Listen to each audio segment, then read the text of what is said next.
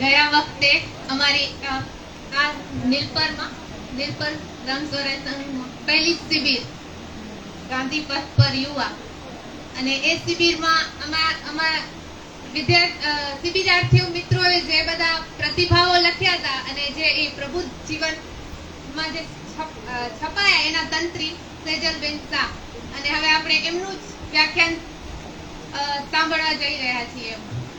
તો અમારા જેવા નવા નિશાળીયાઓને પણ એટલા મોટા મેગેઝિનમાં તક આપવા બદલ અત્યારથી જ સેજલબેનનો હું આભાર માની લઉં. અને અત્યારનો વિષય છે આ બેઠકમાં મહાત્માનું માતૃત્વ. સેજલબેન જેમ કીધું કે પ્રબુદ્ધ જીવનના તંત્રી પણ છે અને તેઓ મુંબઈથી આવે છે, અને સવારથી જ હું એમને મળી ત્યારથી જ તેઓનો થનગનાટ અને એમનું બધાને ગમી જાય એવું સ્મિત જોતી ફરું છું. તો સેજલબેન આવો.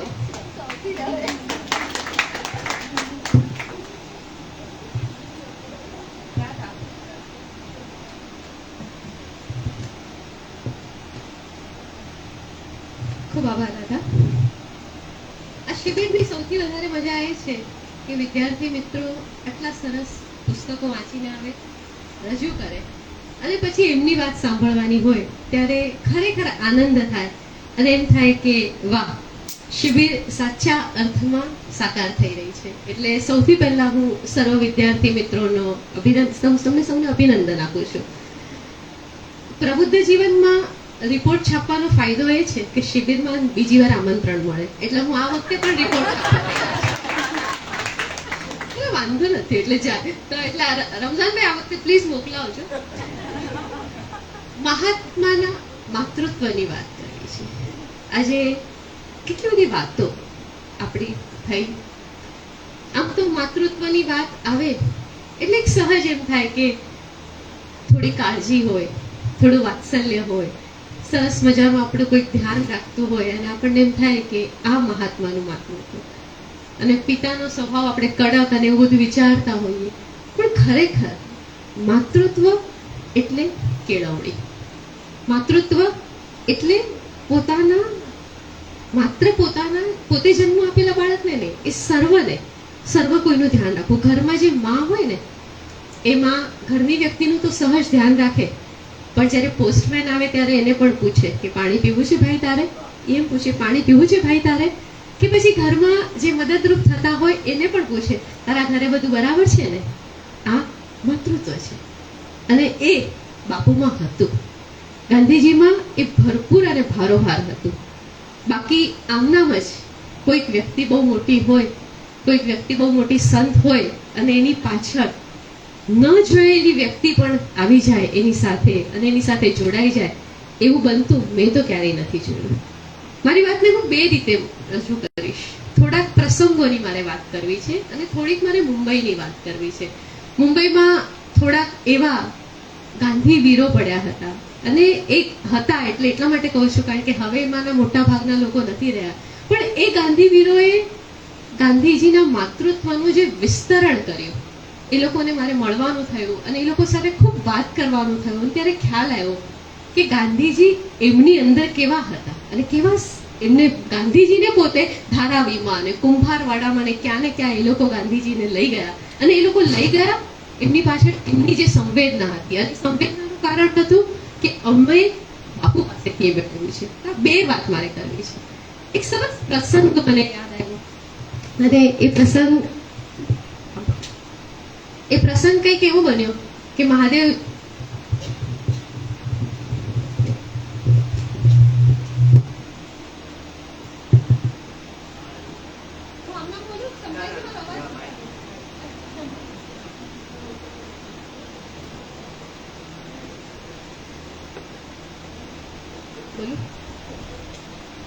અવાજ આવે છે? એ મહાદેવભાઈનો પ્રસંગ. બાપુએ ખૂબ ટ્રેનમાં ટ્રાવેલ કર્યું. તમે બધા જાણો છો કે સતત એમને ટ્રેનમાં પ્રવાસ કર્યો. આ ટ્રેનના પ્રવાસમાં એકવાર મહાદેવભાઈ એમની સાથે હતા, અને રાતના મહાદેવભાઈને ઊંઘ આવી ગઈ. મહાદેવભાઈને બટર બહુ ભાવતા હતા. બ્રેડ અને બટર જેને આપણે કહીએ તો પાઉં અને બટર મહાદેવભાઈને બહુ ભાવે. આશ્રમમાં તો એ ક્યાંથી આવે?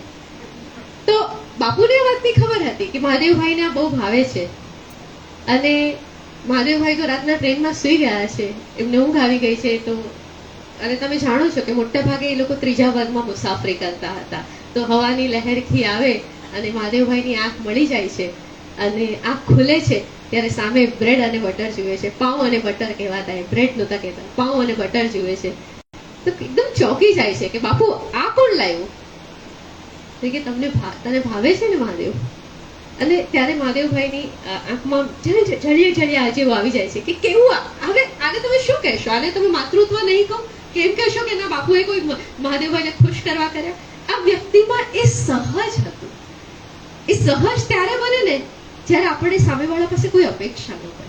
આપણી અપેક્ષા સમાજ સાથે જોડાયેલી છે, આપણી અપેક્ષા આ લોક સાથે જોડાયેલી છે. અને એટલા માટે એક બીજો બહુ સરસ પ્રસંગ મને યાદ આવે છે કે બાપુ જ્યારે ટ્રેનમાં ટ્રાવેલ કરતા ને ત્યારે મહાત્મા બન્યા અને ખૂબ લોકો એમને જાણતા થયા. એટલે લોકો ખૂબ એમને સ્ટેશન પર મળવા આવતા. આ સ્ટેશન પર મળવા આવવાના બે કારણો. એક તો બાપુનો જય જયકાર કરે અને બાપુને બિલકુલ ગમે નહીં. પણ તો બાપુ ત્યારે છે ને હરિજનો માટે ફંડ ભેગું કરે. એટલે બાપુ બારીમાંથી આમ હાથ બહાર કાઢે અને બાપુનો હાથ આખો પૈસાથી ભરાઈ જાય. અને બાપુ માટે એ ઘટના બહુ મહત્વની હતી કે લોકો આ રીતે હરિજનના ફંડમાં આપી રહ્યા છે અને પછી કોઈ દાગીના પણ આપે. પણ બાપુને આ જે સતત લોકો આવે એ નહોતું ગમતું. આટલું બધું લોકો આવવાને કારણે બીજા લોકોને મુશ્કેલી પણ થતી હતી. અને એમાં એક બીજો પ્રસંગ પણ છે કે બાપુ ઊભા નથી થતા, બધાના કહેવા છતાં એ પણ તમને કહું. પણ આ પહેલો પ્રસંગ એવો છે કે હવે અમદાવાદ સ્ટેશન આવવાનું હતું, બાપુએ ઉતરવાનું હતું અને ત્યારે વલ્લભભાઈ પટેલ સાથે હતા. વલ્લભભાઈ પટેલે જાણે કે આ બાપુ ઉતરશે અમદાવાદ અને ત્યારે અમદાવાદની ભીડ અને આ બધું હશે, અડધો પોણો કલાક નકામો જશે. એટલે એમને અમદાવાદ આવ્યા પહેલા એ સમયે ટ્રેનના ગાર્ડને આપણે કહી શકતા હતા. તો એમને અમદાવાદ આવ્યા પહેલા બાપુને ઉતારી લે છે તેઓ અને બાપુને ઉતારીને બારોબાર જ આશ્રમ લઈ જાય છે. હવે બાપુને એમ થયું કે આટલા બધા લોકો છે જે એમની રાહ જોતા હતા. નવજીવનમાં બાપુ માફી માંગે છે. હવે કેટલી કાળજી હશે કે જે લોકો મને મળવા આવ્યા એમને હું મળી નથી શક્યો, તો એ બધાના હૃદય તો તૂટી ગયા, એ બધાને દુઃખ તો થયું અને એટલા માટે બાપુ માફી માંગે છે.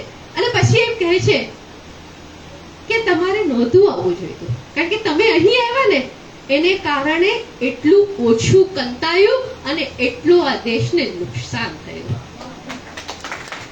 કે તમે આવો છો ને તમે મારી બહુ વાહવાહ કરો છો એ મહત્વનું નથી, પણ તમે અહીંયા આવ્યા એને કારણે એટલું ઓછું કંતાયું. તો આ જે સમાજની એમને કે મારે રેડિયો કાઢતા વધારે કરવા છે, રેડિયો એ મારે વધારે સ્વાવલંબી બનાવવા છે. એ લોકો વધારે ને વધારે કાતે અને આજીવિકા ઊભી કરે. દરેક માતા શું ચાહતી હોય છે કે મારું બાળક સ્વાવલંબી બને. પણ બાપુએ સ્વાવલંબી માત્ર નથી બનાવ્યા, આપણને ખમીર બનતા. આપણે એમને મને ક્યારેક આ થોડીક અતિશય કહેવાશે, પણ મને એમ થાય કે જીજા માતાનું કામ પણ તો એમને કર્યું જ છે ને. ક્યાં એમને નથી કર્યું એ કામ? અમારા મુંબઈના જે કેટલાક મેં અનુભવો જે મુલાકાતો મેં લીધી એની પણ થોડી વચ્ચે વાત કરતી જાઉં. તમે એક સરસ વ્યક્તિ હતા પ્રભાકર કુંતે. પ્રભાકર કુંતેને મળવાનું થયું અને પૂછ્યું બધું તમે બાપુથી આટલા બધા કેવી રીતે આકર્ષિત થયા, તમને એવું શું લાગ્યું? એમની સ્મરણ શક્તિ ઘણી ઓછી થઈ ગઈ હતી, પણ એક જ વાક્ય બોલે. એમની 2 મિનિટ પછી એ વાક્ય રિપીટ થતું હતું એમની વૃદ્ધાવસ્થા કે માનવતા સે યુદ્ધાસા મોટા તો યોદ્ધા હોતા. કે માનવતાનું જે યુદ્ધ ચાલતું હતું એનો સૌથી મોટો કોઈ યોદ્ધા હોય તો એ માત્ર ગાંધીજી.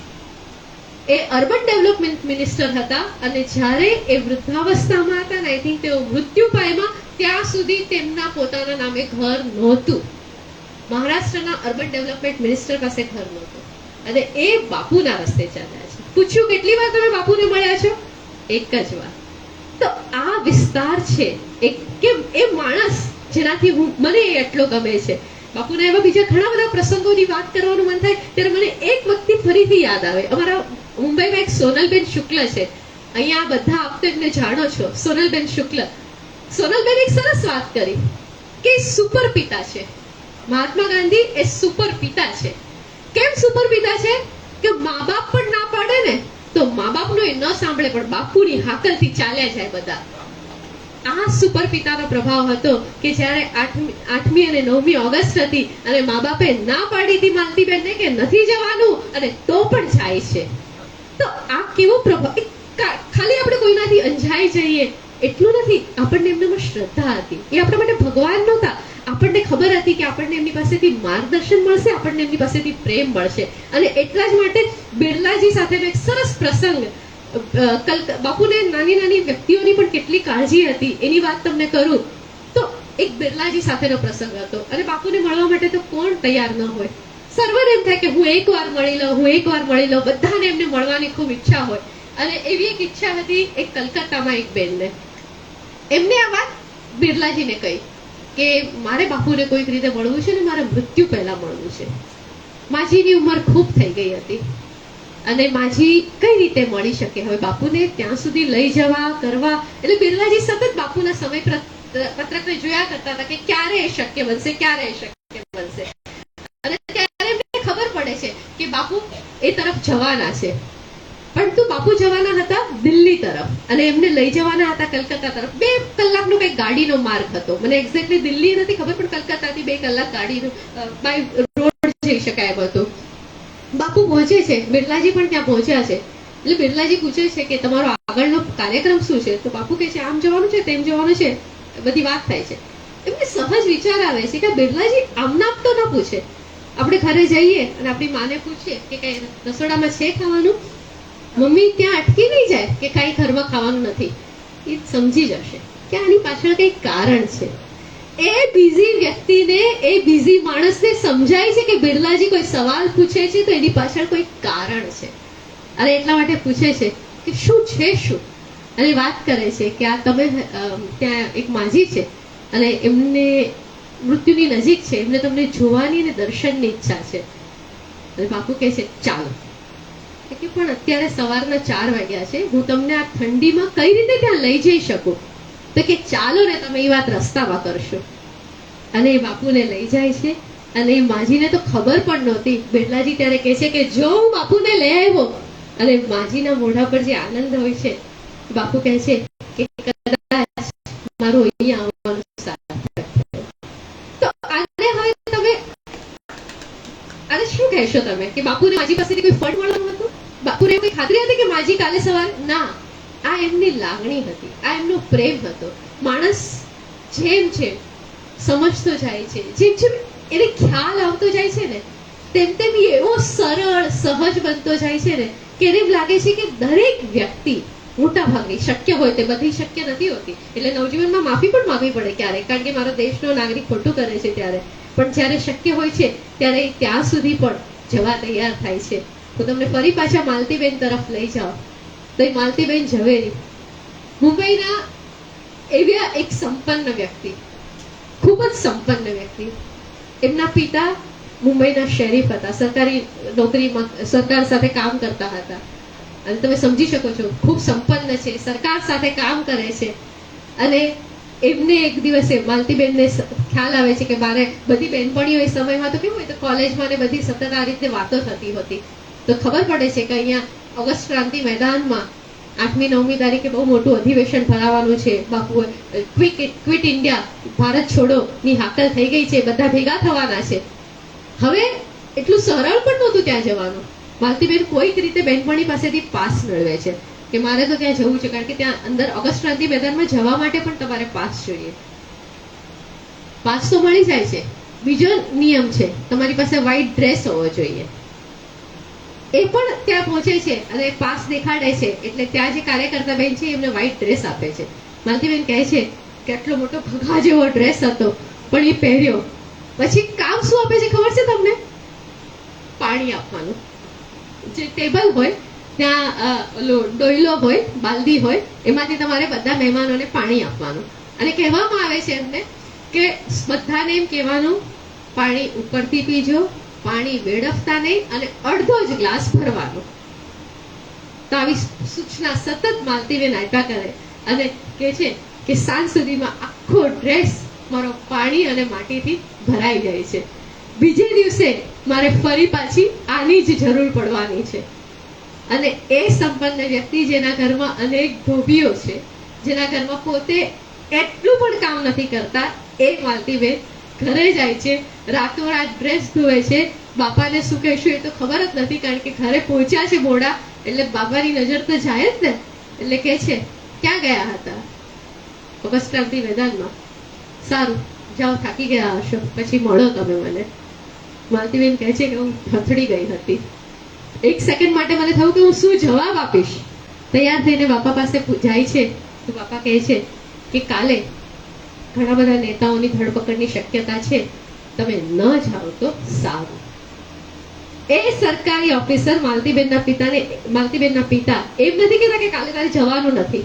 એ શું કહે છે? તમે કાલે ન જાઓ તો સારું. માલતીબેન સારું કહીને વયા જાય છે, પણ એ બીજે દિવસે જાય છે. ઓફકોર્સ એમની પછી પણ ધરપકડ થાય છે અને માલતીબેન કહે છે કે હું નસીબદાર હતી કે મેં એમને ક્યારેય નહોતા જોયા.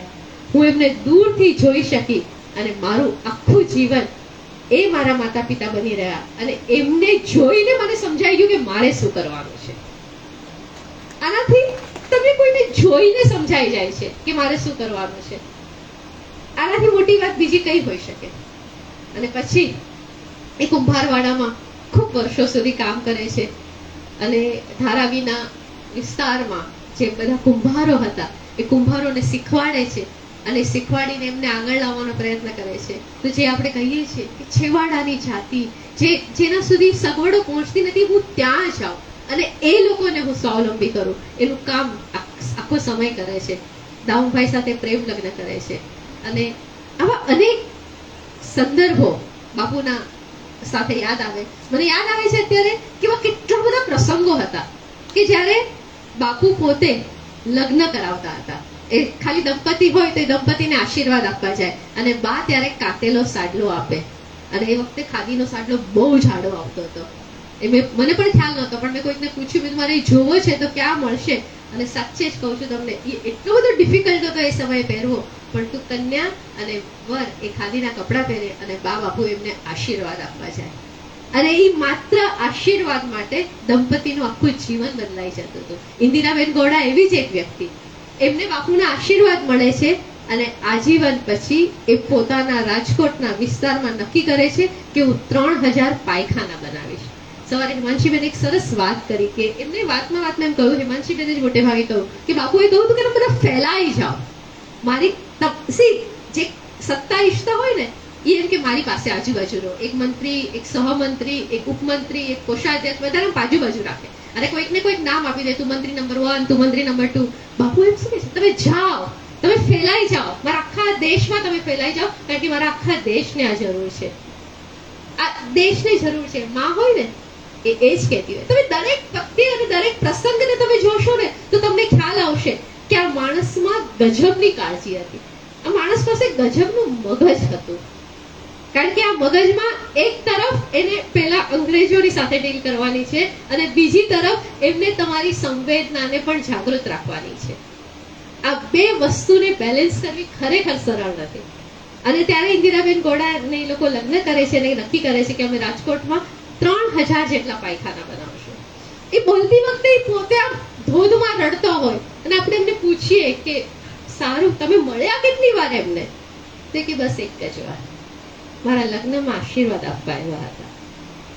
જેમને એ લગ્નમાં આશીર્વાદ આપ્યા હતા એના પછી એમને ગામમાં ગયા. ગામના લોકો જે બહાર પોતાની શૌચાલય આગળની ક્રિયાઓ પતાવતા હતા એમને બધાના ઘરે માટીના એ વખતે પાયખાના બનાવડાવ્યા અને જ્યાં સુધી એ કામ ન થયું ત્યાં સુધી આખા ગામમાં સફાઈ કામ કર્યું. બાળક જ્યારે કોઈ નવી જગ્યાએ જાય ને, ખાસ કરીને ટ્રેનમાં હું ઘણી વાર છું કે નાનું બચ્ચું હોય એને જવું હોય બાથરૂમ વગેરે, તો માં શું કે ઉભો રહે, પેલા હું ચેક કરી આવું છું. એમને કે હા તું હાલ જા, માં ચેક કરી આવે અને પછી ખરાબ હોય તો માં સાફ કરે. બાપુએ કેટલી વાર, તમે કિશોરભાઈ વ્યાસનું એક પુસ્તક છે, તમે પ્લીઝ વાંચો તો તમને બહુ મજા આવશે, ટ્રેનમાં ગાંધીજી. આ પુસ્તકમાં કેટલી બધી વાર એમને લખ્યું છે કે આ મેં ટ્રેનના પાયખાનાઓ સાફ કર્યા, હું આ સાફ કરતો ગયો, કારણ કે એમને કે કોઈ બીજું આવશે ને કરશે આ, અને હું શીખવવા માંગતો હતો, હું કરતો હતો કારણ કે મારે મારા આચરણ દ્વારા શીખવાડવું હતું. મારે સતત એ આચરણ એનામાં આરોપિત કરવું હતું અને એ આરોપિત કરવા માટે આપણે પોતે કરવું પડે. બહુ નાનપણમાં, બહુ નાનપણમાં, મને ખબર પણ નથી કે આ વાર્તા સાચી છે કે ખોટી છે, પણ મેં એક વાર્તા સાંભળી. એક ચોર હતો અને બહુ ચોરી કરતો હતો. દરેક વખતે એની માં એને કે ચોરી નહીં કર, પણ એ ચોરી કર્યા કરે. ચોરી કર્યા પછી એકવાર એ પકડાઈ જાય છે કોર્ટમાં એને હાજર કરવામાં આવે છે અને કોર્ટમાં જ્યારે એને હાજર કરે છે ત્યારે જજે એને સજા ફરમાવે છે. જજ સજા ફરમાવે છે એટલે ડેફિનેટલી એની માને બહુ દુઃખ થાય છે. ત્યારે એક ચોર, એવું કહેવાતું હતું એ વાર્તામાં, હું નાનપણમાં સાંભળી હતી કે ચોર શું કરે છે ખબર છે? એની માનું નાક કતરી ખાય છે અને કહે છે કે તે મારો કાન કેમ નહોતો પકડ્યો. તમને ખબર છે બાપુએ આપણા કાન કેટલી વાર પકડ્યા? ખાલી એમના 4 સંતાનોના નહીં, આપણા પણ કાન અનેક વાર પકડ્યા અને કીધું કે તમે મને મળવા માટે વારંવાર આવો છો તો હવે હું તમને મળવાનો નથી. એવો જ એક પ્રસંગ હતો. આખું સ્ટેશન એમને મળવા માટે ગાંડું થતું હતું અને બાપુના બધા લોકો કહે છે બાપુ પ્લીઝ ઊભા થાઓ, આ લોકો પ્રજા ગાંડી થઈ રહી છે, પ્રજા તમને આગળ લઈ જવા દે. બાપુ કે હું નહીં ઊભો થાવ જ્યાં સુધી એ લોકો અવાજ કરવાનું ઓછું નહીં કરે, જ્યાં સુધી એ લોકો શિસ્તબદ્ધ નહીં ઊભા રહે ત્યાં સુધી હું ઊભો નહીં થાવ. બાપુની સાથેના લોકો થાકી જાય છે પણ બાપુ ઊભા થતા નથી. માં પણ ન બોલે તો ન જ બોલે, 2 દિવસ થાય 3 દિવસ થાય ન જ બોલે, પણ આપણે પછી એમને કેવું સમજાય આપણને. તો આ જે વાત છે એવી જ એક સરસ વાત મને હજી 2-3 પ્રસંગોની કહેવાની મન થાય છે. એક બહુ સરસ પ્રસંગ છે આપણા મુંબઈના જ એક વાતભાઈ હતા, ચંદ્રકાંત દલાલ. ચંદ્રકાંત દલાલનો અનુભવ કંઈક વિશિષ્ટ હતો. વેગાબોન્ડ કરીને એક શબ્દ છે, યુવાનો જે આમ રખડતા હોય ને તો એ લોકો પોતાને વેગાબોન્ડ કહેતા હતા. હવે મુંબઈની કોલેજમાં એ સમયમાં જયદીન ને બધામાં ભણતા હોય તો તમે સમજી શકો છો, પૈસાદાર હોય, આમ માથે જરાક ઓલું રાયબાઈ હોય અને આમ મુંબઈમાં હોય પાછા, એટલે પોતાને વેગાબોન્ડ એટલે આમ બધા ફરતા હોય એવા ગ્રુપ તરીકે ઓળખાતા હતા. ચંદ્રકાંત દલાલને બહુ વિચારોથી પ્રભાવિત થાય છે. એ સમયમાં મુંબઈમાં એવા ઘણા યુવાનો છે જે બાપુના વિચારોથી પ્રભાવિત થાય છે, તેમાં ચંદ્રકાંત દલાલ પણ બહુ પ્રભાવિત થાય છે. અને ચંદ્રકાંતભાઈને એમ થાય છે કે અમુક વસ્તુ એ સમયે ફાસિસ્ટ લોકો જે હોય છે એ અમુક સૂત્ર આપે છે અને એની સામે ચંદ્રકાંત દલાલને કહે છે કે આ ખોટું છે, આપણે બાપુને જઈને કેવું છે. આમાં એવું છે ને કે દરેક વ્યક્તિને મત લાગે કે આ બાપુ એ મારા જ છે. આપણને જેમ લાગે ને કે અહીંયા કોઈ એક મોટી વ્યક્તિ હોય ને આપણે બધા સાથે પ્રેમથી, આપણે રમેશભાઈને પકડીએ તો રમેશભાઈ બધા સાથે પ્રેમથી બોલે તો આપણને શું લાગે એ આપણા જ છે. એવું બાપુનું પણ અનેક વાર બન્યું છે. તો અહીંયા એ ચંદ્રકાંત દલાલને થયું કે હું જઈને એમને કહું કે આ ખોટું થઈ રહ્યું છે. તો એ પ્રભાકર કુંતેને કહે છે કે આપણે તો જવું જ જોઈએ. તો પ્રભાકર કુંતે, મલિકભાઈ, મને આખું નામ યાદ નથી અત્યારે, હું તમને જોઈને કહીશ, મલિકભાઈ, પ્રભાકર કુંતે અને ચંદ્રકાંત દલાલ, આ 3 વ્યક્તિ એમને મળવા જાય છે. મહાદેવભાઈ કહે છે 3 મીન્સ એમને 3 મિનિટનો સમય આવ્યો છે. આ લોકો તો યુવાન છે, જાણે છે. હવે જો હું પણ જાણું છું, કંઈક મેં વાંચ્યું છે, તમારી સામે બોલ કરું છું. હવે મને પણ આવું બોલવા મળે તો બોલું ને. એમ ચંદ્રકાંતભાઈ તો બાપુની સામે બોલવા મળે છે અને એ સમય બાપુની ખ્યાતિ પણ ઘણી બધી બોલે છે, 3 મિનિટ સુધી બોલે છે. 3 મિનિટ પૂરી થાય છે એટલે મહાદેવભાઈ હાથ કરે છે, પૂરું થઈ ગયું. બાપુને મૌન હતું. એક ચબરખીમાં બાપુ, હવે એ લોકો રાહ જોવે છે કે અમને 3 મિનિટ મળી, અમે બોલી લીધું, હવે બાપુ શું રિપ્લાય કરે છે. બાપુ એમ કહેશે વાહ શું બોલ્યા, શું તમારા વિચારો છે, હું આમ કરીશ, એવું કંઈક વિચાર આપણને આવે ને કે આપણે આટલું બધું બોલ્યા છીએ. તો બાપુ એક ચિઠ્ઠીમાં 2 શબ્દ લખે છે, કાતો. આપણે રેટિયા પર કાતું કહેવાય ને, એ 2 શબ્દ લખે છે બાપુ, કાતો. અને એ ચિઠ્ઠી ગુજરાતીમાં મહાદેવભાઈને આપી. મહાદેવભાઈ એ ચંદ્રકાંતભાઈના હાથમાં આપે છે. ચંદ્રકાંતભાઈ ચિઠ્ઠી ખોલે છે અને જુએ છે કે શું થયું, નેક્સ્ટ મીટિંગની તારીખ મળી ગઈ આપણને. ખોલે છે ચિઠ્ઠી અને એવો શબ્દ છે 2, કાતો. એટલે પ્રભાકર કુંતેને ગુજરાતી નહોતું આવડતું, મરાઠી હતા, અને મલિકભાઈને પણ નહોતું આવડતું. તે પૂછે છે શું લખ્યું છે? તો કે ઊભો થા, અહીંયા બેસવા જેવું નથી. અને 3 જણા ત્યાંથી બહાર નીકળે છે. વાત એ છે કે તમારી ઉંમર 17-18 વર્ષની છે. તમારે હમણાં ક્રાંતિકારી નથી બનવાનું, તમારે કાંતવાની શરૂઆત કરવાની છે. આ વાત એ બાપુએ ત્યારે એમને કહી. વિચાર, અરે એ બોલતા હતા ને, ચંદ્રકાંતભાઈને હું મળી ત્યારે પણ 87 કે 89 યર્સના હતા, પણ એ બોલતા હતા ને ત્યારે એમ કહેતા હતા કે મેં પૂછ્યું એમ તો એ ચિઠ્ઠી ક્યાં છે? તો કે એટલી અક્કલ ક્યાં હતી કે હું ચિઠ્ઠી સાચવીને રાખું, નહીં તો એ ચિઠ્ઠીનું પણ કેટલું મૂલ્ય હતું. પણ એક માણસ, તમે આવો છો કોઈકની તમે કોઈની સેનામાં તમે સૈનિક બનવા તૈયાર છો, પણ એ તને એમ કહે છે કે ના, અત્યારે સૈનિક બનવાની તારી ઉંમર નથી, તારી ઉંમર તો હજી સ્વાવલંબી થવાની છે, તારી ઉંમર તો આ દેશને સમજવાની છે, તારી ઉંમર આ પગે ઊભા રહેવાની છે. એને તમે શું કહેશો? તમે એને તમારી માતા નહીં કહો. એટલે જ મને સોનલબેનની આ વાત બહુ ગમે છે કે ઇઝ અ સુપર પિતા.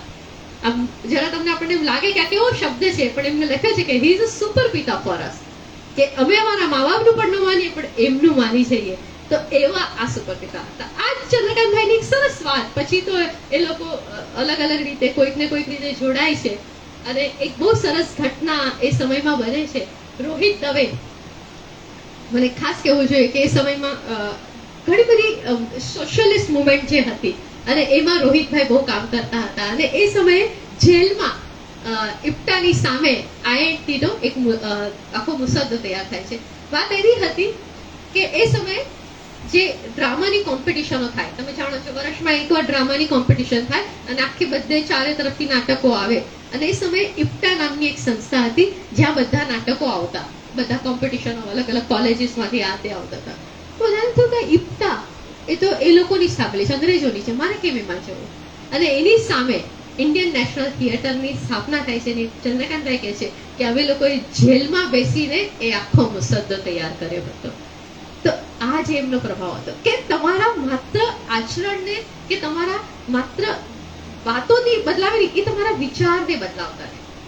એ તમને અંદરથી ઘડતા હતા. એ ઘડતા હતા એનો ખ્યાલ ઘણીવાર આપણને પોતાને પણ ન આવે, પણ એ પછી આપણે વાંચીએ ત્યારે આપણને ખ્યાલ આવે. મારો અત્યારે પાનું ખોવાઈ ગયું છે, અહીંયા પેન પડી ગઈ એમાં, પણ એમને કેટલાક સરોજનીબેનને બહુ સરસ મજાના સંબોધનો કર્યા છે અને આપણને એમ થાય કે અરે બાપુ આવા સંબોધન પણ કરે, એમ કે વહાલી બુલબુલ, ડિયર બુલબુલ, તો આવા સંબોધનો કરે તો આપણને કેટલી આત્મીયતા લાગે.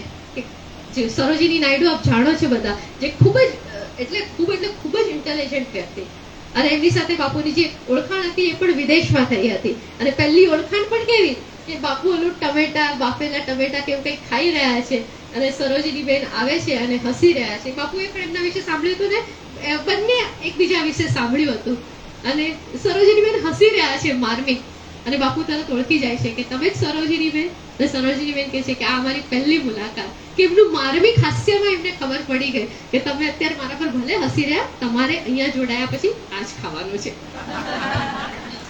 તો આ જે હતું, અને સામે સરોજિની બેનને પણ એવી છૂટ હતી કે એ બાપુને જ્યારે પત્ર લખતા હતા ત્યારે માય ડિયર લિટલ મેન કહી શકતા હતા. તાકાત છે કોઈની, પણ આપણી તાકાત આપણા મા બાપ પાસે હંમેશા હોય છે. અને એટલા માટે એમને લખી શકતા હતા કે માય ડિયર લિટલ મેન. તો એ એમને આખી વાત જે એમની સામે મૂકી ત્યારે આપણને એમ થાય કે આ માણસે લાગણી અને પ્રેમની સાથે શિસ્તતા દ્વારા આપણને સતત કેળવતા ગયા છે. એ આપણી અંદર મૂકીને ચાલ્યા જતા હતા, કંઈક તેજ કશું કંઈક મૂકીને જતા. હું કહું ને કે આ બધા જ્યારે શાંતિભાઈને જો કે ચંદ્રકાંતભાઈને જો, વીણા ગુપ્તાની પણ તમને વાત કરું, એ પણ મુંબઈના, પણ એ બધાને જોઈએ ત્યારે ખ્યાલ આવે કે આ બધા એમની અંદર કશું બાપુએ મૂકી. અને જ્યારે બાપુ તો ખોવાઈ ગયા, પણ આ લોકો પોતાની રીતે જુદો જ વિસ્તાર કરતા ગયા. અને એ કેવો જુદો વિસ્તાર કે જે આપણને પછી મને ખ્યાલથી 1970-80 સુધી એ લોકોએ જે, કારણ કે એ લોકો પણ પછી વયોવૃદ્ધ થયા અને 90 સુધીમાં તો એ લોકો પણ થાકવા માંડ્યા હતા, પણ એ જે આખા બાપુના ગયા પછી પણ એક આખો સમય જે હતો જેમાં સમાજને ક્યાંક ને ક્યાંક કોઈક ને કોઈક રૂપે મદદરૂપ થયો. સમાજ વિકસતો ગયો. માં હોય ને, માં બાપા એવા વ્યક્તિઓ હોય કે જે આપણને મૂકી દે, આપણા માટે કંઈક મૂકીને જાય, આ જમીન મૂકીને જાય, આ ઘર મૂકીને જાય. એમને આપણી અંદર એવા સંસ્કાર મૂક્યા હતા, આપણી અંદર વિચાર મૂક્યા હતા. વીણાબેન સૌથી પહેલા હું જો ભૂલ ન કરતી હોઉં તો મલ્લિકા સારાભાઈને મળ્યા હતા, અને એમનો અવાજ બહુ સારો. એ મારી જે માઇક પર નહોતા બોલતા, એ ગાઈ શકતા હતા અને એટલા માટે એમને જોડવામાં આવ્યા હતા કે બહુ સરસ ગાય. અને અહીંયાથી ઉભા રહીને ગાય તો એમ કે છેલ્લે સુધી 2000ની મેદની હોય ત્યાં સુધી સંભળાય. અને એવું સુંદર ભજન ગાય, પિક્ચરનું ગીત નહીં, સરસ મજાનું ભજન ગાય. કોકિલાબેન ગાય ત્યારે મને સતત મારા મનમાં વીણાબેન યાદ આવતા હતા. તો એ એવું સરસ ભજન ગાય. પણ આ વીણાબેને જ્યારે કુંભના મેળામાં અનેક અકસ્માતો જોયા, અને ત્યાં એક બધા કોંગ્રેસી કહેવાય, આ લોકો બધા ગાંધીયન કહેવાય, અને એ લોકોએ ખૂબ પછી સેવા કરી. અને કુંભના મેળામાં જ્યારે બહુ મોટો અકસ્માત થયો અને અનેક લોકો મૃત્યુ પામ્યા, ત્યારે આ વીણાબેન એમ કે માતાઓ મરી ગઈ હતી તો એ બાળકોને અમે સ્તનપાન સુદ્ધા અમે કરાયેલું, અમે એમને ઘરે લઈ ગયા, અને જે નહોતા રહ્યા એને પણ યોગ્ય રીતે એમનો સંસ્કાર થાય એનો કારણ કે ખૂબ વરસાદ પડ્યો અને બીજે દિવસે બહુ જ મોટી રાજકીય હસ્તી આવવાની હતી અને વરસાદ પડ્યો અને એને કારણે બધું વિખેરાઈ ગયું હતું ને ત્યારે મારામારી તો નહીં પણ દોડાદોડીમાં ખૂબ લોકો કચરાઈ ગયા હતા. પણ એ સમયે એ પોતે ત્યાંથી ભાગી નથી જતા. એ બાળકોને જે લોકોની જરૂર છે એમને ત્યાંથી ખસેડે છે અને કહે છે કે જ્યાં સુધી અમે આખા મેદાનમાં એક પણ જીવિત વ્યક્તિને જોયો નહીં ત્યાં સુધી અમે મેદાન છોડ્યું નહીં. વરસતો વરસાદ છે. એ સમયે એ લોકો સફેદ સાડી ઓલી પટ્ટીવાળી સાડી પહેરતા હતા. એ સાડી અને એટલું કે એવું કચ્ચર ઘાણ થઈ ગયું હતું ને કે ખબર હતી કે અને એટલી સમૃદ્ધ વ્યક્તિને કે આમ ચપ્પલ વગર ગાડીમાંથી ન ઉતરે. એ બધું ભૂલાઈ જાય. તમે વિચાર કરો કે તમારી એવી આદતો બદલાઈ જાય તો એવું શું છે? આદત માત્ર એક અને એક વસ્તુથી બદલાતી હોય છે, પ્રેમથી. પ્રેમ જ એવી વસ્તુ છે જે આદત બદલાવી શકે. જો શ્રદ્ધા છે ને તમને જ્યાં સુધી ફળ આપે ને ત્યાં સુધી વર્ક કરે. ફળ ન આપે ને તો આપણું શ્રદ્ધાનું સ્થાન બદલાઈ જતું હોય છે પણ પ્રેમનું સ્થાન આપણું નથી બદલાતું. તો એ હતું એમનામાં અને એ વીણાબેને જે આપણને કહ્યું એમને આખી વાત રજૂ કરી કે અમે લઈ ગયા. પછી મેં શું કર્યું તો કે અમને ત્યાંથી યાદ આવ્યું કે હવે અમારે બાળ ઉછેર કેન્દ્ર શરૂ કરવું પડશે. અને પછી ખૂબ વખત સુધી એમને એવા બાળકોને જેના માતા પિતા ન રહ્યા હોય અથવા માતા ન રહી હોય અને પિતા ધ્યાન ન રાખી શકતા હોય તો કે નાના નાના પાયા ઉપર કામ કરે. આ બધા સમાજના બહુ નાનકડા દીવડા હતા. એ દીવડાનું તેજ અને એ દીવડાનો ધોધ તો બાપુ હતા પણ એ બહુ નાનકડા. આપણે એમનામાં જીન્સ આવી ગયા હતા. જે ડીએનએ ની બહુ વાત કરીએ પણ આ બધાની અંદર એવા ડીએનએ આવી ગયા હતા. વિચારના ડીએનએ હતા, એક સંસ્કૃતિના ડીએનએ હતા, એક કલ્ચરના ડીએનએ હતા.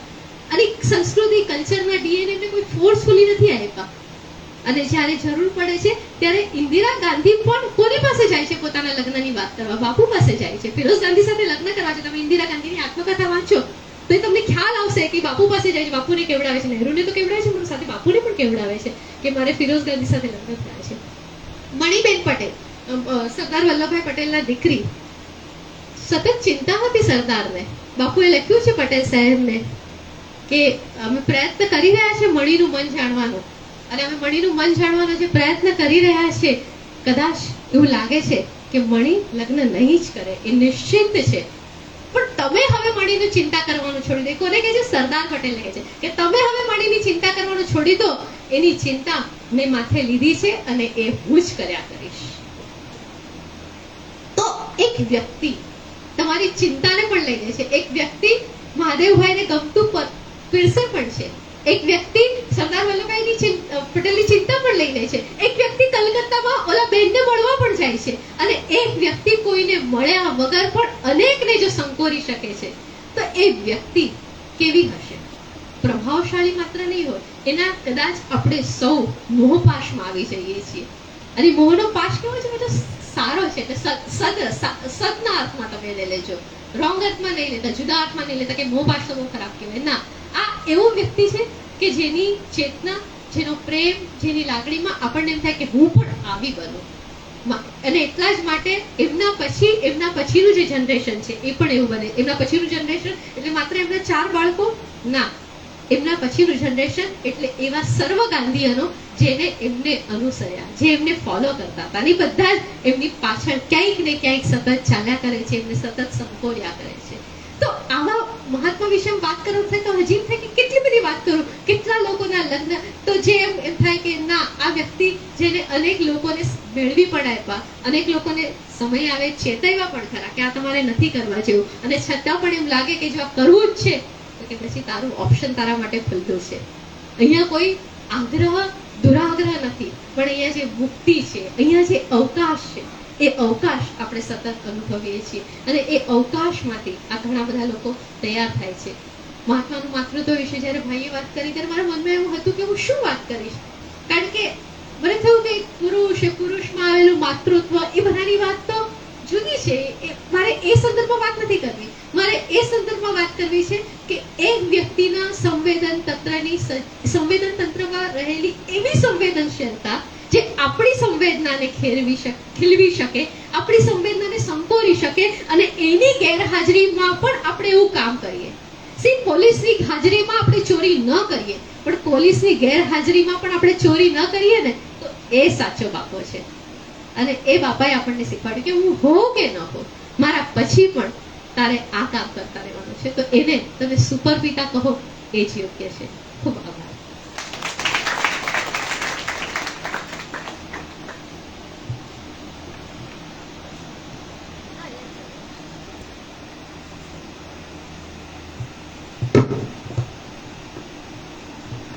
ખૂબ ખૂબ આભાર સેજલબેન. મહાત્માનું માતૃત્વ આપણને સ્પર્શ્યું, એનો રાજીપો સ્પર્શ્યું પછી પણ જશે. શિબિરાર્થી મિત્રોને જો કોઈ પ્રશ્નોત્તરી હોય તો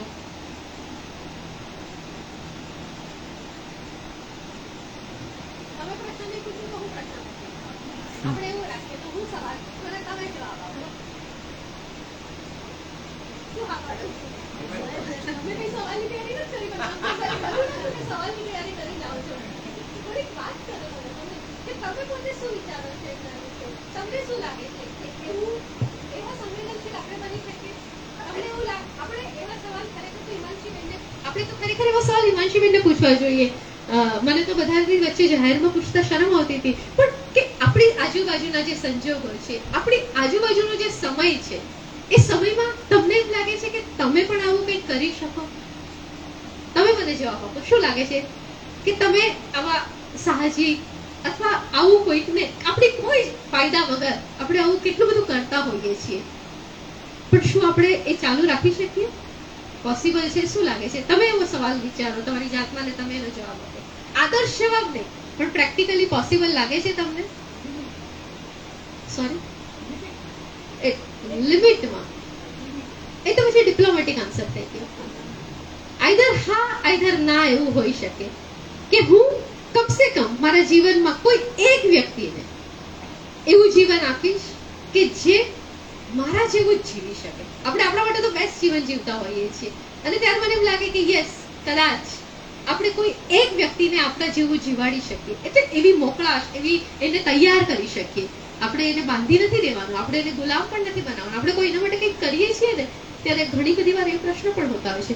મેં તને સ્કોલરશિપ અપાવી હતી, મારે કારણે તું ત્યાં છે. આ કેવા કેવા વિચારો છે. જીજીભાઈ હંમેશા કહેતા હતા કે પાવરનું સેન્ટર નહોતા. પાવરનું સેન્ટર એ બહુ મોટો પ્રશ્ન છે. એ પાવરનું સેન્ટર નહોતા, એ વહેતું ઝરણા જેવા હતા. એ વહેતા હતા અને એટલા માટે અમે જોડાયેલા રહ્યા.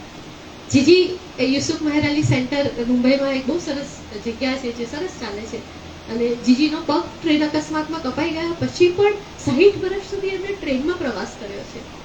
તો આ બધાની અંદર જે ચેતના જીવતી રહી છે એનું કારણ બાપુ હતા. પણ એમના પછી એમના જેવી ચેતનાનું વૃક્ષ આપણે વાવી શકીએ કે ન વાવી શકીએ, અથવા આપણે વાવવા ઈચ્છતા હોઈએ તો આપણી અડચણો કેવી છે એના વિશે ખરેખર તો આ બધા અહીંયા જે બેઠા છે, હિમાંશીબેન કે પછી બાનું નામ શું જે સરસ ગાય, હા કોકિલાબેન કે રમેશભાઈને, એમ સવાલ આપણે પલોઠીવાળીને પૂછવા જોઈએ કે આનું આપણે કેવી રીતે કરી શકીએ. જો આવી ગયા કોકિલાબેન, સવાલ ઉપજે અને આવે નહીં તો એ કોકિલાબેન કેમ કહેવાય? આવો બા. કરી શકાય. આપણને એવું લાગે કે આપણે શું કરી શકીએ, પણ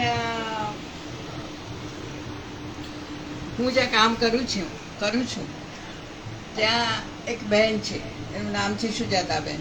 22 વર્ષથી MSc MEd first class gold medalist, અને હાઈસ્કૂલનો બહુ મોટો પગાર છોડીને એને મારી સાથે કામ કરવા જોડાઈ. ત્યાં કદાચ 20,000નો પગાર હશે ને હું એને 5,000 પગાર નહોતી આપતી, ને 22 વર્ષ હજી એ ત્યાં જ છે, એ જ જગ્યા પર એ બાળકો સાથે કામ કરે છે. અત્યારે એણે સંસ્થા છોડી, બીજી સંસ્થા છોડી, પછી પણ એ હતાશ થયા વગર એણે તરત જ બીજા મહિનાથી નવી 7 કે 8 પ્રાથમિક શાળામાં એ પહેલા બીજા બાળકોને ગણિત, વિજ્ઞાન અને અંગ્રેજી ભણાવવાનું શરૂ કરી દીધું. એટલે આ કરી શકાય છે. આપણી આસપાસ એટલા બધા કામો પડ્યા છે આપણા કક્ષાના, તમને એમ થશે કે હું કંઈ બહુ મોટી વ્યક્તિ નથી અથવા મને શું આવડે, પણ આપણને આટલું તો આવડે જ કે બાળકોને ભેગા કરીને એને આપણી પાસે જે જ્ઞાન છે એને આપીએ.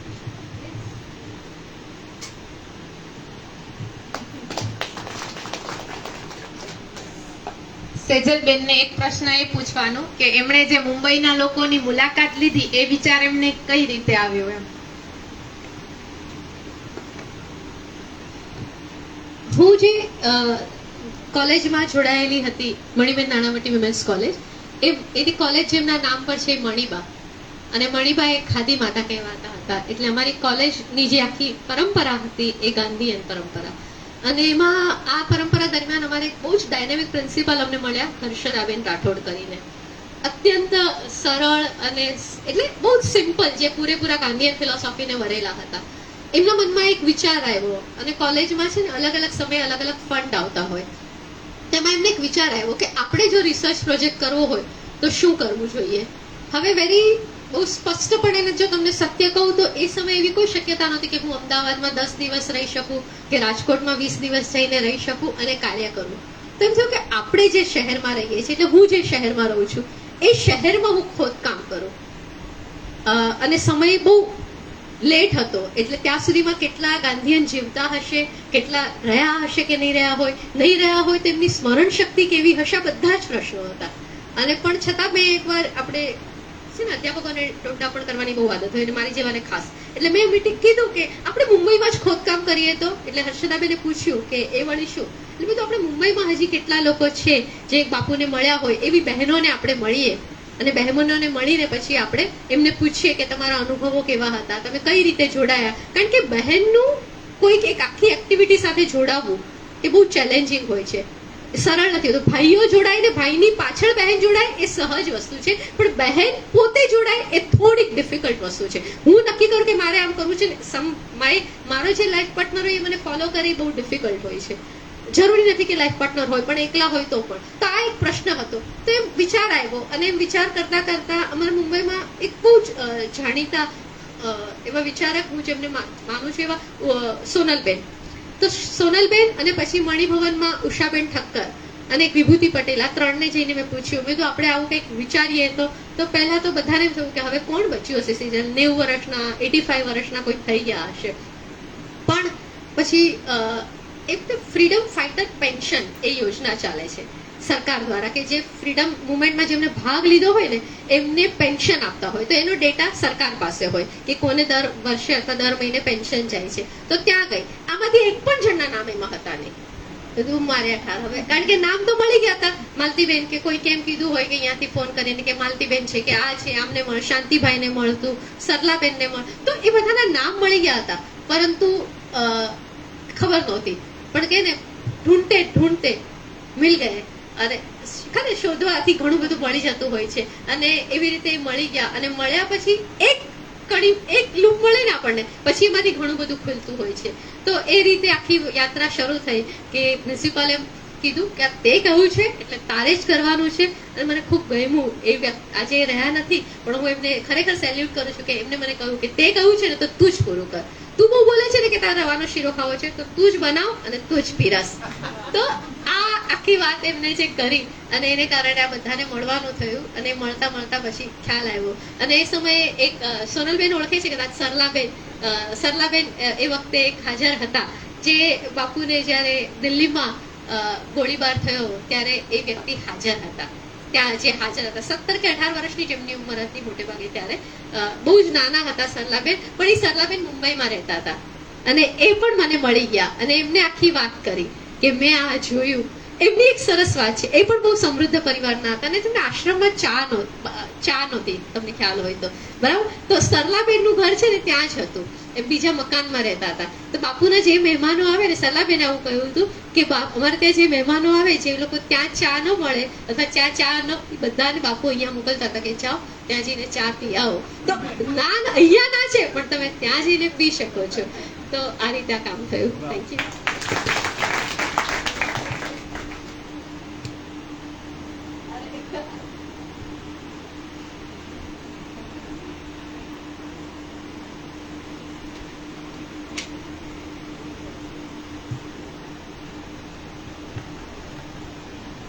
કોકીબેને જે વાત કરી ને તેમાં એક થોડુંક પૂરક કરું છું. સુજાતાબેનની જે વાત કરી તે સંસ્થા સાથે હું ઓડિટર તરીકે જોડાયેલો, અને વર્ષે જ્યારે મહેનતાણાની વાત આવે, પગાર વધારાની વાત આવે, ત્યારે અંદર અંદર અમે ડિસ્કસ કરીએ કે કોનું કામ સુંદર છે, વધારે સારું છે, અને નોર્મલ ઇન્ક્રીમેન્ટ કરતાં જ્યારે એને માટે વધારે ઇન્ક્રીમેન્ટની વાત આવે તો એ ધરાર સ્વીકારે. એક જ વાત કરે કે જે મારા રમેશને મળશે પગાર વધારો એ મને મળશે. અને આજે સંસ્થા છોડ્યા પછી પણ એ ખડકી ગામમાં મધર ટેરેસા તરીકે ઓળખાય, અને આજે પણ ગામના લોકોએ એને જમીન ફાળવી આપી છે કે તમે સંસ્થા ભલે છોડી પણ ખડકી ગામ તમારાથી નહીં છોડે, અને ખડકીમાં તમારે રહેવાનું, તમને જે યોગ્ય લાગે તે કામ કરવાનું, અને એ પ્રમાણે એ અત્યારે પણ ખડકીમાં રહીને એનું કામ આગળ ચલાવે. આવી વ્યક્તિ હજી આપણી પાસે છે.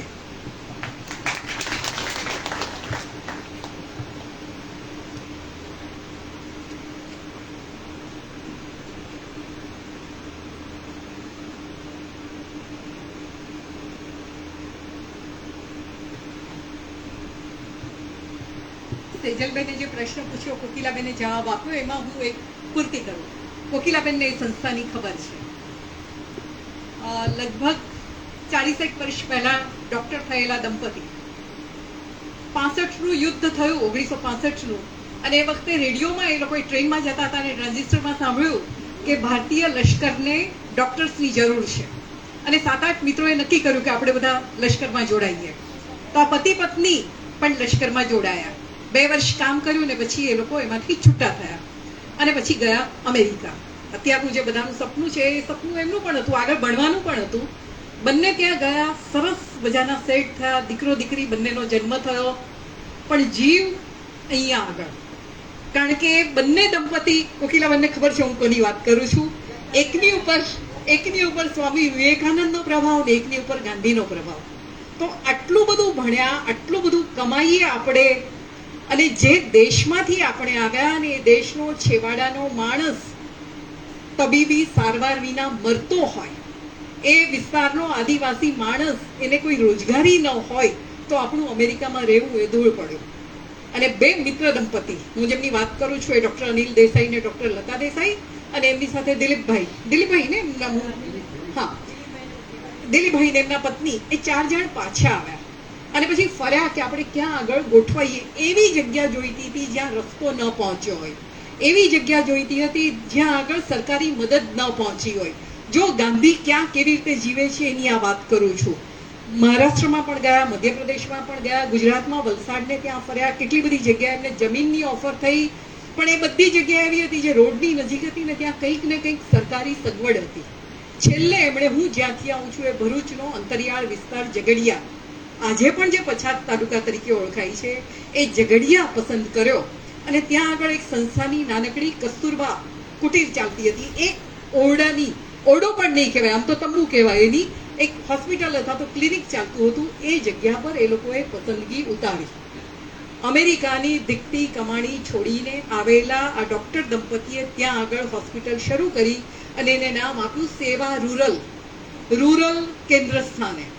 શહેરી લોકોની સેવા નથી કરવી, જેની પાસે સંપત્તિ છે એમની સેવા નથી કરવી, પણ જેની પાસે કશું નથી એ લોકોની સેવા કરવી છે. આજે લગભગ 37 વર્ષ એ સંસ્થાને થયા છે. તંબુમાંથી શરૂ થયેલી સંસ્થા આજે તો બહુ જ વિશાળ બની છે, પણ એમનું જે ધ્યેય છે, ગરીબ લોકો, અંતરિયાળ વિસ્તારમાં રહેતા લોકો જેમને કશી સુવિધા નથી મળતી, એમને તબીબી સુવિધા પૂરી પાડવી. પણ થોડા વખત પછી લાગ્યું કે માત્ર તબીબી સુવિધા પૂરી પાડી એટલું પૂરતું નથી, એ લોકોને પગભર કરવા પડશે. એટલે બહેનો માટે કેટલીક કામ કરી શકે એવી પ્રવૃત્તિ શરૂ કરી, અને વિદ્યાર્થીઓ ઝઘડિયા પછી તો વિકસતો, એટલે આસપાસનો વિસ્તાર વિકસતો ગયો, એટલી બધી ઇન્ડસ્ટ્રી આવતી ગઈ કે છોકરાઓ 8નું ધોરણ ભણીને પછી ઇન્ડસ્ટ્રીમાં કામે લાગતા ગયા. તો એ લોકોને ત્યાં કામ લાગે એ પ્રકારની તાલીમ શરૂ કરી. આખું સ્વામી વિવેકાનંદ નામથી એ લોકોએ રૂરલ ટેકનોલોજી એ લોકો શીખી શકે એ માટેની સંસ્થા ઊભી કરી છે. નર્સિંગ કોલેજ એ બહેનો માટેની શરૂ કરી છે. અને અત્યારે હોસ્પિટલ બહુ વિશાળ રૂપ ધારણ કરીને ઊભી છે. દુર્ભાગ્યે અનિલભાઈ નથી રહ્યા, લતાબેન હવે બીમાર રહે છે, પણ એમના સંતાન ડોક્ટર શ્રેય દેસાઈ ને એના પુત્ર વધુ ડોક્ટર ગાયત્રી દેસાઈ અમેરિકાની દીકતી પ્રેક્ટિસ છોડીને અહીંયા આગળ સેવા કરવા માટે આવ્યા છે. એમના સંતાનો, શ્રેયભાઈનો દીકરો ગુજરાતી માધ્યમની સ્કૂલમાં અંકલેશ્વરમાં ભણ્યો. આટલા મોટા ડોક્ટર હોય જે પોતે અમેરિકામાં ભણ્યા હોય એને એવું થાય કે મારા છોકરા તો બહાર જ ભણવા જોઈએ.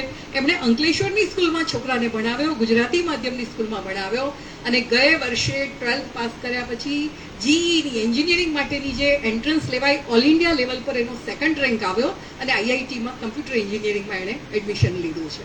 આ વાત એટલા માટે કરવી છે કે ગાંધી ગયા પછી અનેક બીજ એણે જે વેર્યા હતા ને એ બીજ ક્યાંક ને ક્યાંક ઉગ્યા છે.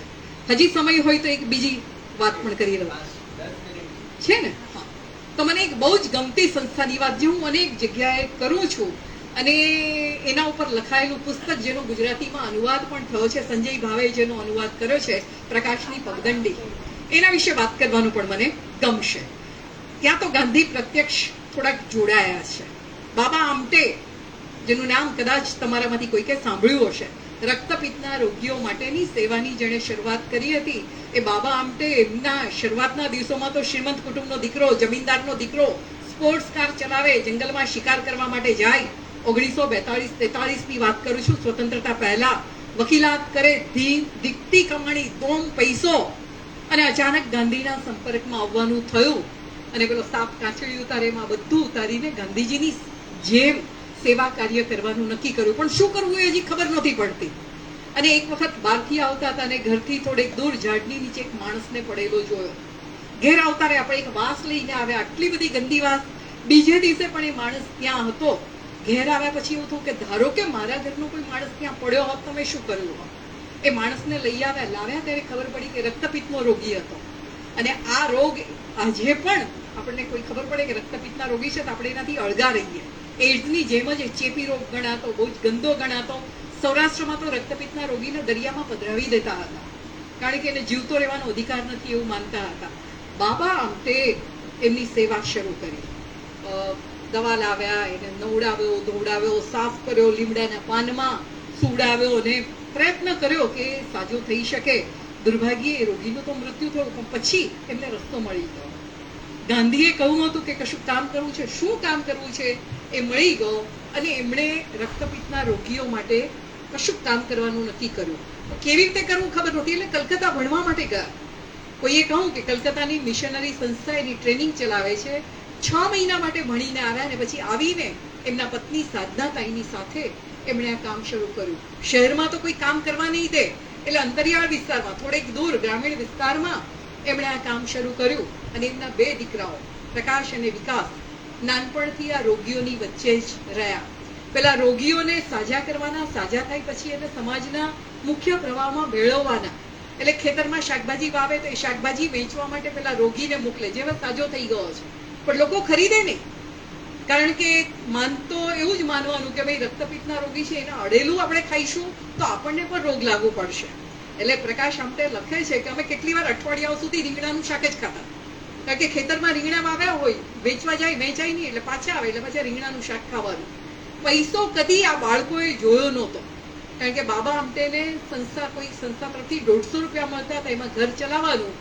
તો એક વખત નાનકડા પ્રકાશ પોતાના માં સાધનાતાઈ સાથે કંઈક બજારમાં નીકળ્યા અને લારીમાં સફરજન જોયા. તો માને કહું કે આ લઈ લે ને. માએ કહું કે ન લેવાય, પૈસા આપવા પડે. તો કે પૈસા ખરીદી લે, પછી એ પૈસાથી તું સફરજન લઈ જાય. એટલે બાળકને ખબર જ નથી કે પૈસા ક્યાંથી આવે. તો આવા કુટુંબમાં મોટા થયેલા બંને ભાઈઓ આ લોકોની વચ્ચે જ ઉછર્યા. અને બાબા આમટે બધું જ જાતે કરી લેતા હતા. કશું પણ રિપેરિંગ કરવાનું હોય, મશીન બગડ્યું હોય, કુવાની મોટર બગડી હોય, ટ્રેક્ટર રિપેર કરવાનું, તો આ બંને ભાઈઓ પણ એ જ શીખ્યા. અને બંનેને લાગ્યું કે પિતાના કામને આપણે આગળ વધારવાનું છે, અને એટલે બંને ડોક્ટર બનવાનું નક્કી કર્યું. પહેલી વખત પુનાની મેડિકલ કોલેજમાં એડમિશન માટે ગયા.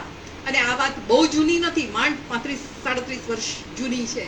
તમે કલ્પના કરો કે કોલેજમાં એડમિશન લેવા ગયેલો કોઈ છોકરો ચડ્ડી અને શર્ટ પહેરીને ગયો હોય. તમે જે પહેરો છો એ શોર્ટ્સ નહીં, હા, તમે જે ફેશનમાં પહેરો છો એ શોર્ટ્સ નહીં, બાપાના લેંઘાને કાપીને કરેલી ચડ્ડી હોય અને ઉપર સદરો હોય, એ પહેરીને કોલેજમાં એડમિશન લેવા માટે એ લોકો ગયા હતા. હોશિયાર હતા, એડમિશન મળી ગયું. ત્યાં આગળ દલીલ કરી કે અમે સ્કૂલમાં ભણતા તો બે ભાઈઓ એક જ ક્લાસમાં હોય ને તો એક જ ફીમાં અમને ભણાવતા હતા, તો મેડિકલ કોલેજમાં એવી રીતે અમને નહીં ભણાવે. મેડિકલ કોલેજ વાળા તો કોઈ રીતે ભણાવવાના નહોતા, અને એ તો મહારાષ્ટ્રની કોલેજ હતી ત્યારે. ત્યાં આગળ કેપિટેશન ફી, સેલ્ફ ફાઇનાન્સ કોલેજો શરૂ થઈ ગઈ હતી. પણ છતાં બંને ભાઈઓ ભણ્યા. એ બંને ભાઈઓ કોલેજની ફી સિવાય ઘેરથી ઓછામાં ઓછા પૈસા મળે એવા પ્રયત્ન કરતા હતા, કારણ કે ખબર હતી કે બાપાના બધા પૈસા પેલા રોગીઓની સેવામાં જ વપરાઈ જાય છે. MBBS થયા, પણ એમની સાથે ભણતા 70 વિદ્યાર્થીઓમાંથી 68 વિદ્યાર્થીઓને એમના નામ નહોતી ખબર, કારણ કે આ બંને વિદ્યાર્થીઓ, આ બંને ભાઈઓ ક્યારેય કોઈની સાથે વાત નહોતા કરતા. કોઈ એક બે જણને ખબર હતી કે બાબા અમટેના છોકરાઓ છે, પણ આ ભવિષ્યના ડોક્ટરોએ ક્યારેય રસ ન લીધો કે તમારા પિતા જે કામ કરે છે ત્યાં આગળ કેવી તબીબી સારવાર થાય છે, કેવી રીતે તમે લોકો ત્યાં આગળ કામ કરો છો, કોઈએ રસ ન લીધો. ઘણીવાર તો એવું બનતું કે ઘેર જવાનું મન થાય તો નાગપુરથી પોતાને ગામ જવાનું હોય, 150 કિલોમીટરનો રસ્તો હોય, સાયકલ લઈને બંને ભાઈઓ નીકળે, કારણ કે પેલા બસના પૈસા ખર્ચવાનું પોસાય નહીં. ક્યારેક વચ્ચે પંચર પડે તો સાયકલ ઉંચકીને ચાલવું પડે, પણ પહોંચે. વાત થઈ ગયો, પૂરો ટાઈમ. છેલ્લું પૂરું કરી દઉં, જે અગત્યની વાત કરવી છે ખાસ.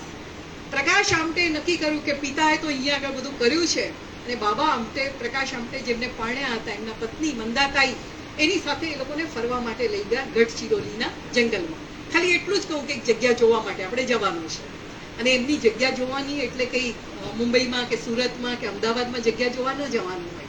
સમજી જવાનું કે એવી જગ્યા હશે કે જ્યાં રસ્તો નહીં હોય, જ્યાં આગળ રહેવા માટે ઘર નહીં હોય, વીજળીની તો કલ્પના જ નહીં કરવાની, એટલે ટેલિફોન હોવાનો તો સવાલ જ નથી. તો જ્યાં બસ રસ્તા પૂરા થઈ જાય ત્યાંથી પાછા 50 કિલોમીટર ગાડામાં બેસીને એ લોકો પહોંચ્યા. બાબા આમટે એવા રોગથી પીડાતા હતા કે બેસી નહોતા શકતા, એટલે કાં તો સૂઈ જાય અને કાં તો ચાલી શકે. તો ગાડામાં સૂતા સૂતા એટલે દૂર ગયા, અને પછી જગ્યા બતાવીને એમણે દીકરાને કહ્યું કે મને એવું લાગે છે કે આનંદ આશ્રમ, એટલે કે કુષ્ઠ રોગીઓનો જે આશ્રમ છે ત્યાં આગળ કામ ગોઠવાઈ ગયું છે, હવે અહીંયાના આદિવાસીઓ માટે મારે કામ શરૂ કરવું છે. મધ્યપ્રદેશ, મહારાષ્ટ્ર અને ઝારખંડનો, કર્ણાટક, એ ત્રણની બોર્ડરનો વિસ્તાર ગઢચિરોલી આજે પણ જે નક્સલાઇટ એરિયા તરીકે જાણીતો છે. કોઈ જ વસ્તી નહીં, ત્યાંની પ્રજા વસ્ત્ર પહેરે નહીં એવી પ્રજા. વેપારીઓ વર્ષમાં 2-3 વાર આવે. આ આદિવાસીઓએ જે ચારોળી ભેગી કરી હોય, ગુંદર ભેગી કરી હોય, 1 કિલો ચારોળીના બદલામાં 1 કિલો મીઠું આપીને જાય, કારણ કે જંગલમાં મીઠું દોયેલું. અને આ લોકોની તમે કલ્પના કરો કે ચારોળી 1 કિલો ને એની સામે 1 કિલો મીઠું, જે આજે 10 રૂપિયાનું કે 20 રૂપિયાનું મળતું હશે, અને ચારોળી 1000-1200 રૂપિયાની મળતી હશે. આ રીતે એમનું શોષણ થાય. ફોરેસ્ટ વાળા, વન વિભાગ વાળા પણ એમનું શોષણ કરે. એટલે એ લોકો સભ્ય માણસોથી બીવે એવી આ પ્રજા. ચોમાસાની અંદર 3 બાજુ નદીઓ, એટલે તમે મુખ્ય પ્રવાહથી કપાઈ જાઓ. ચોમાસામાં તમે આ જગ્યાની બહાર ન જઈ શકો. કોઈએ જવું હોય તો પેલી ગોળ ટોપલી જેવી હોડી હોય એમાં બેસીને જવાનું, એ પાણી ઉતરે તો, નહીં તો નહીં. બાબા આમટે કહું કે અહીંયા હવે કામ કરવાનો વિચાર કરું છું, અને પ્રકાશભાઈએ કહ્યું કે આ કામ હું કરીશ. એમણે સ્વીકારી લીધું કે અહીંયા આગળ અમે તબીબી સેવાનું કામ શરૂ કરીશું. તો પ્રકાશ આમટે અને મંદા આમટે, પ્રકાશભાઈ MBBS થયેલા, મંદાબેને એનેસ્થેશિયામાં MD કરેલું, અને બંને ત્યાં આગળ દવાખાનું ચાલુ કરવાનું નક્કી કર્યું. તો દવાખાનું તો કેવું, એટલે ઝૂંપડી ઊભી કરી દીધી. એક ઝૂંપડીમાં રહેવાનું, બીજી ઝૂંપડીમાં રસોડા જેવું, ત્રીજી ઝૂંપડીમાં કાર્યકરો આવ્યા હોય એ બધા રહે, અને રાહ જુએ કે કોઈ પેશન્ટ આવે, કોઈ રોગી આવે. જેમ આપણે ઘેર દવાખાનું શહેરમાં હોય તો ડોક્ટર રાહ જુએ કે કોઈ રોગી આવે તો આપણે એની સેવા કરીએ. એક કરતા એક રોગી આવે નહીં. 6 મહિના વીતી ગયા, કોઈ જ રોગી આવે નહીં. પ્રકાશ આમટેને એકદમ વિચાર આવ્યો કે કદાચ આપણા કપડાથી એ લોકો બીતા હશે, કારણ કે એ લોકો માત્ર લંગોટી પહેરે છે ને આપણે તો ખમીસ ને લેંગો પહેરેલા. કાતર મૂકી બાંડિયું કરી દીધું, એટલે બાઈ કાપી નાખી, લેંગો કાપી નાખ્યો, અને ખાલી બાંડિયા અને ચડ્ડીમાં એ લોકો આવી ગયા. બહુ ઓછા રોગી આવવાના થાય, પણ એક રોગી આવ્યો અને એમને માટેના રસ્તા ખુલ્લા થયા. એ રોગીને રીંછે ફાડી ખાધેલો, આ બધું જ કપાઈ ગયેલું, માથું બાથું બધું જ અહીંયાથી કપાઈ ગયેલું, અને એને ઉચકીને લઈ આવ્યા હતા. એનેસ્થેશિયા આપવાનો મંદાબેન એ વખતે હાજર નહીં. પ્રકાશભાઈ MBBS થયેલા, આટલી મોટી સર્જરી કરવાની, પાછું બધું ગોઠવવાનું, આંખ બેસાડવાની, બધું જ એમણે કર્યું ને એમને બીક હતી કે જો આને કશું થઈ ગયું ને, આ માણસ જો મરી ગયો તો પેશન્ટ આવવાની વાત તો બાજુ પર રહી, આપણને અહીંયા આ લોકો ટકવા નહીં દે. પણ એ પેશન્ટ એને લાકડા પર બાંધીને લાવ્યા હતા અને 15 દિવસ પછી ચાલતો ચાલતો પાછો ગયો અને લોકોમાં શ્રદ્ધા બેઠી કે ના, અહીંયા આગળ જઈ શકાય. અને પછી તો રોગીઓ આવવાના શરૂ થયા. મોટા ભાગના 2 પ્રકારના રોગી છે, કાં તો આંખના રોગી છે ને કાં તો ચામડીના રોગી છે. આંખના રોગી એટલા માટે કે સૂર્યનો તડકો મળતો નથી. ચામડીના રોગી પણ એ જ કારણથી કે પ્રકાશ મળતો નથી એટલે અમુક વિટામિન મળતા નથી. ખોરાક એ લોકોનો કીડીની પણ ચટણી બનાવીને ખાઈ એવો એક ખોરાક. કાચા શાકભાજીની વાત તો બાજુ પર રહી, કાચું માંસ ખાઈ લેવાનું, આ તે કરવાનું. ફી ડોક્ટરને આપવાની એની એ લોકોને ખબર જ નથી.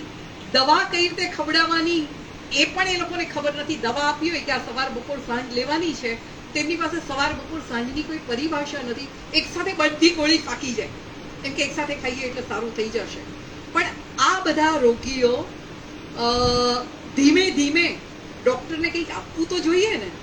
એટલે કોઈ વાંદરાનું બચ્ચું લાવ્યું, કોઈ વાઘનું બચ્ચું લઈ આવ્યું, કોઈ સાપ લઈને આવ્યું.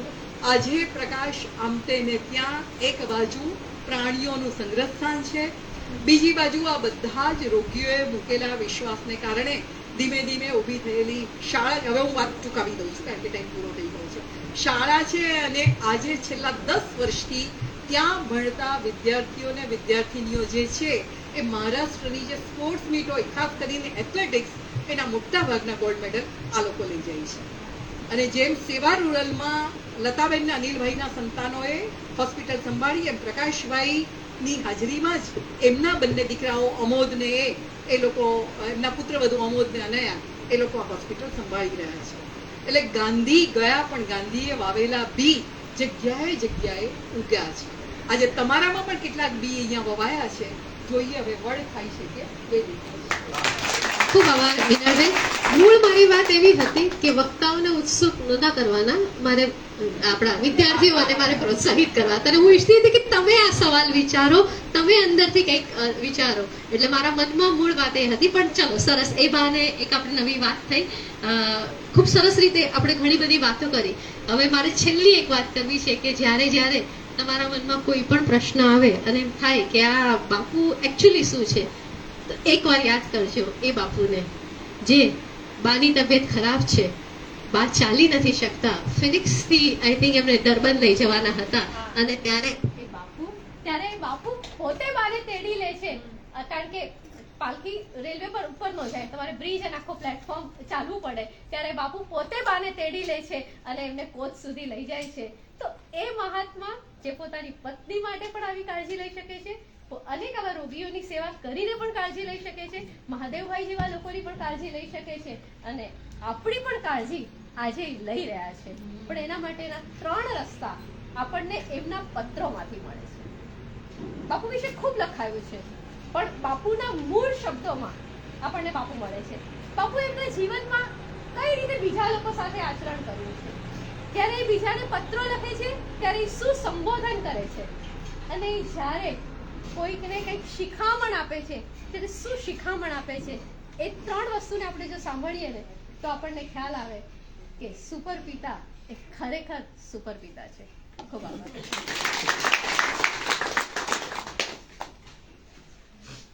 એક નવા પ્રકારનો ટાસ્ક શરૂ થાય છે. આપણો સમય પૂરો થયો, બીજી બેઠક. હવે આપણા જે વક્તાઓ આવ્યા છે એ લોકો બધા એક એક ખૂણો પકડી લેશે. બધા એક હિમાંશીબેન ત્યાં બેસે, કોઈ અહીંયા બેસે, કોઈ અહીંયા બેસે, અને તમને મજા આવે એમની પાસે અહીંયા જ જવાનું છે. એટલે તમે બહાર ભાગી જાઓ એ પહેલા જેમને અનુકૂળ હોય, કદાચ આપણા વક્તાઓને કોઈને ફ્રેશ થવા જવું હોય તો એ લોકો જઈ શકે. પણ જે લોકો અહીંયા રહેવા ઈચ્છતા હોય, એક જણ અહીંયા, એક જણ અહીંયા, એક જણ અહીંયા, એક જણ અહીંયા, એક જણ ત્યાં, એક જણ, 6 જગ્યાએ બધા વેચાઈ જાય. અને જેમને જેમની પાસે જવું હોય અત્યારે જ જાય, પોતાની ટીમ બનાવી લે. આપણી પાસે 25 મિનિટ છે અને 5:30 નકુલમાં તમને સંસ્થા દર્શન કરાવવા લઈ જવાના છે આપણા શેડ્યુલ પ્રમાણે, જે તમને ગ્રુપમાં મૂકવામાં આવ્યું છે એ પ્રમાણે.